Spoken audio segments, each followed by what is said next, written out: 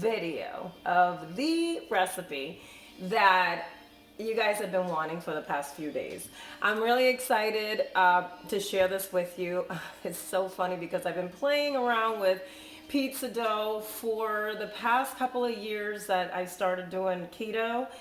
And at the beginning, it was so complicated because I just did not like a lot of the recipes out there. I didn't. So then I would just start to play around with the ingredients, omit some, replace some. And I finally found the simplest of them all. I have a fathead dough pizza recipe in one of my videos. And it's great and all, but I found that it bloated me a little bit because of all the cheese that's in the dough, and then you put cheese on the top. So this right here has 5 ingredients, okay, in the dough. And when I say it's about 2 net carbs a slice, it's around there, okay? Because it depends how many slices, how big the slice is, and all that. But just to give you an idea, so in our almond flour, this almond flour, which I use is Anthony's, it's California blanched almond flour. It's been my favorite. I've used so many different kinds. It does make a difference what kind you use. So I'm just telling you from experience. I love this. I use it. This is the only one that I use for my cookies, for my doughs, for my breads, for my bagels. All right. So this right here, for 1/4 of a cup, it's 5 grams of carbs, 3 grams of fiber. So you got 2 net carbs. Okay. So we're talking, I use 1 cup. So that's where I get the whole around 2 grams a slice. Okay. The only other thing here that has carbohydrates would be xanthum gum, 7 grams per tablespoon, and it's 7 grams of fiber. I love this stuff. This is like the glue that will bind that pizza together. It acts like the gluten, okay? So I use this. We also use a little baking powder, which has 0 carbs, all right? 1 egg. Medium size, well, that's a large. And then apple cider vinegar of your choice. That's the 5 ingredients. The other ones are optional. For example, I put in a little salt and everything but the bagel, just because I love the flavor that it gives the bread. I don't want anything plain. I like flavor, so I'm gonna do that. Except for, I had some friends over Christmas, and they brought their little boy, and I made him a plain pizza crust out of this flour. And he's very finicky, so kids are, for the most part, right? They know what they want, they know what they like. He ate the entire pizza by himself, okay? This little boy.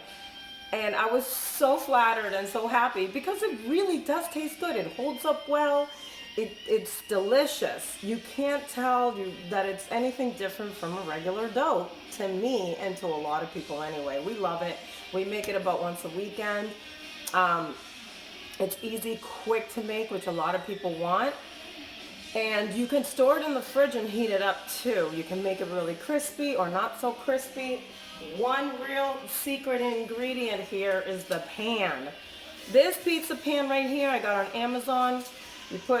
We're gonna put the dough right on here on parchment paper, and it's going to bake equally throughout.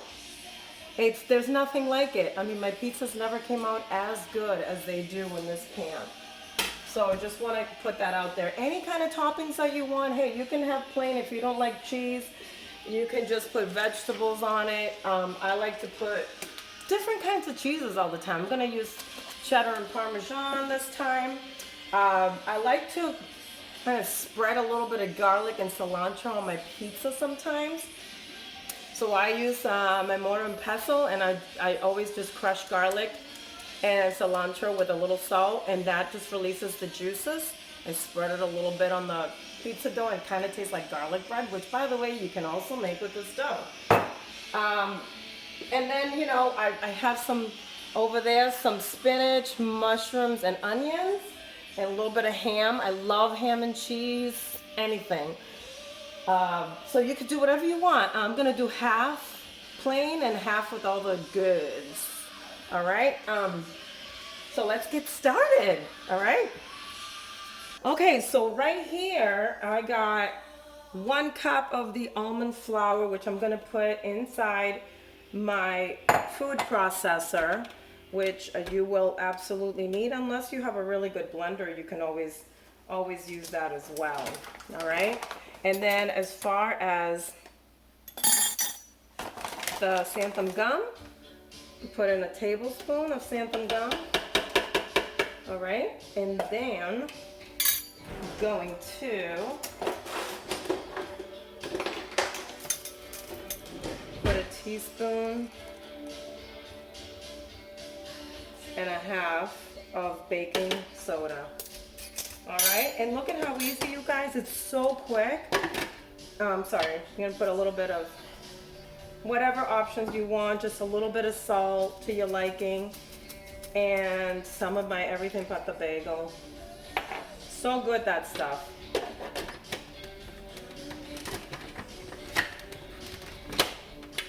Lock it in, turn it on.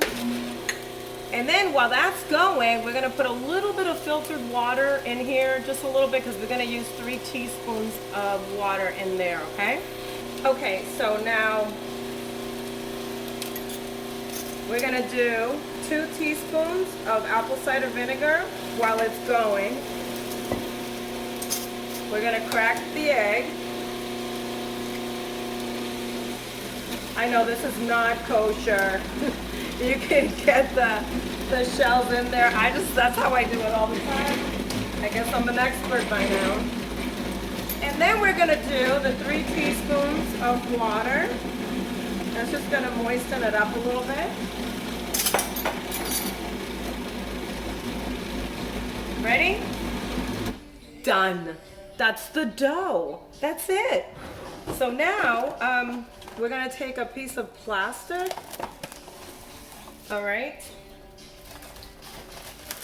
That's gonna be enough, so then we can put this dough in the plastic, roll it up, and massage it. All right, for about a minute. Okay, you want to do that, and then just let it sit for about 10 minutes on the counter to let it settle before we roll it out into the dough. Okay. All right, so here it is, right here. Take the dough right out.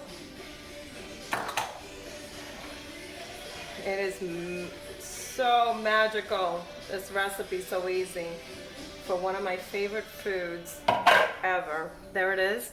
Put it right in there in a bowl. Roll it right up in there. Hey, and if you do want to double up on the recipe to make a bigger dough, bigger dough, bigger pizza, go for it. You know what I mean? Just double up the recipe. It's just 2 of us, so I always just do 1. Actually, the other night, when I had our friends over, I made 2 separate ones. I made a plain one for the little boy, and then I made a nice seasoned one, spicy sauce, and cheese and sausages. It's so fun. And you can even make a calzone out of this, which I haven't done yet, because as I told you, this is new. That's why it took me so long to put the video out there. Okay, so while the dough is sitting on the counter in there in the saran wrap, we're gonna make sure to turn our oven on bake at 400 degrees. So it's nice and hot and ready to go. And then what we're gonna do is we're going to take the parchment paper that I told you, and we'll just lay it out on the counter, right? We have another piece here, and we're gonna put the dough right here once we take it out of here, and then put the other piece on the top. To roll it out however you want. You can roll it out round, square, however you want. In the meantime, also, I have some olive oil in here in this little container, and I'm gonna put some of my garlic and cilantro in here. All right, and this, I'm gonna put the entire thing. I know you're not supposed to heat olive oil to a high temperature. I just love the way that it tastes on the pizza.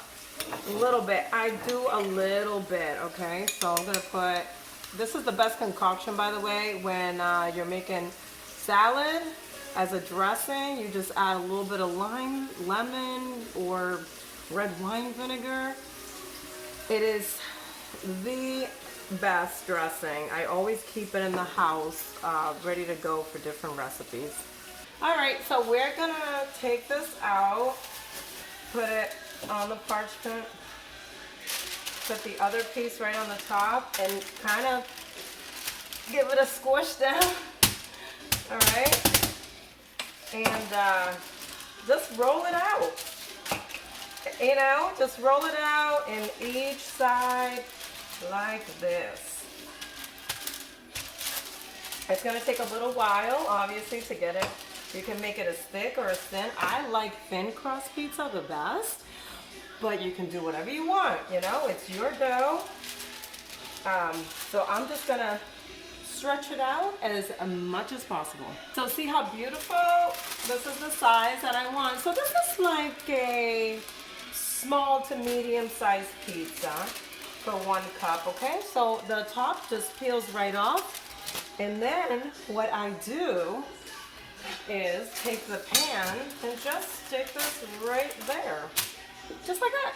Okay, so you don't have to take this off the parchment paper and do any extra work. Now what you're gonna wanna do is, see the edges here? So the edges always seem to burn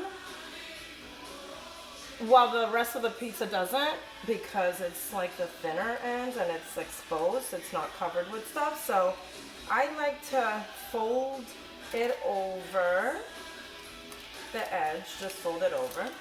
You can see it in the picture that I posted for some of you, how it looks like this. It's so perfect. I love it. I love doing this because it just comes out very evenly cooked. And it looks really pretty, so if you're making it for someone or you have guests over and you want to do a nice little appetizer, look at that. It doesn't have to be perfectly round.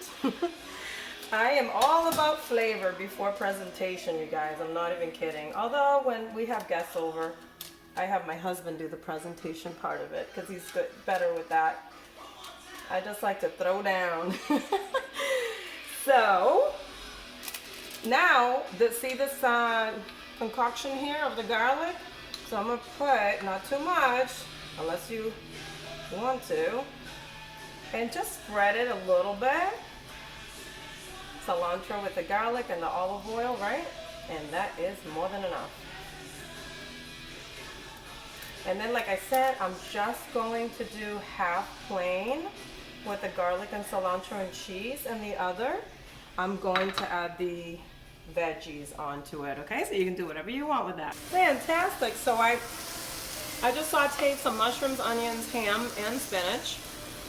And I'm gonna put that on half of my pizza. Just spread it right out.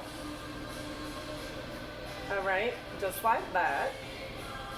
Or you can do the whole thing, whatever you want. It's so fun because you can just, that's what I love about pizza and calzones. You can just put whatever you want in it. You can do a chicken parmesan, meatball, veggie, cheese, no cheese, whatever you want. And then of course we got the cheese, which we're gonna sprinkle all over. My favorite part, bread and cheese. Oh my God, it's just heaven. I could just live on that. Good bread and cheese. I'm not even kidding. Oh, and add wine to that, okay? Add wine to that. And then we got a little Parmesan. Okay, you can do less, you can do more. I mean, it's up to you, whatever you like. You can put a little, I'm actually gonna put a little black pepper. Just a sprinkle. I like my black pepper. You can do chili reds. Oh, I mean, you can just top it with whatever you want. Chili reds. You could do any kind. Oregano. I just didn't want to put it today, but you could do it. Look how pretty. So now we're gonna pop it in the oven at 400 degrees. And can I just be honest with you? I can't tell you a time yet because, like I said, it was an experiment this week. So I will let you know. And I never even timed it. I just kept looking in the oven just as I was playing with the recipe. So I will let you know after it's done exactly how long I cooked mine for, but I think it's like 10-15 minutes depending on how crispy you want it. Okay, so this is my sweet spot right here at the 13-minute mark. I'm taking it out. Look at that. Where it's not too brown, but look at it's you hear that? That's the outside crust right there. Nice and crisp. Still doughy in the middle. You can cook it more if you want, you guys. I mean, this is great. You can do that. And then I forgot to tell you, we need one of these. But if you don't have it, hey, you can use a knife. That's fine. So then you just cut it in however many slices you want. I mean, you can let it settle for a little bit. That way it's easier to cut. But I like it when it's piping hot, to be honest with you.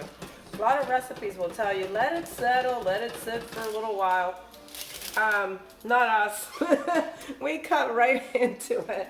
So, depending on how big you want your slices, you know, you're gonna have them like this, just into fours, and then you'll have a big slice like this.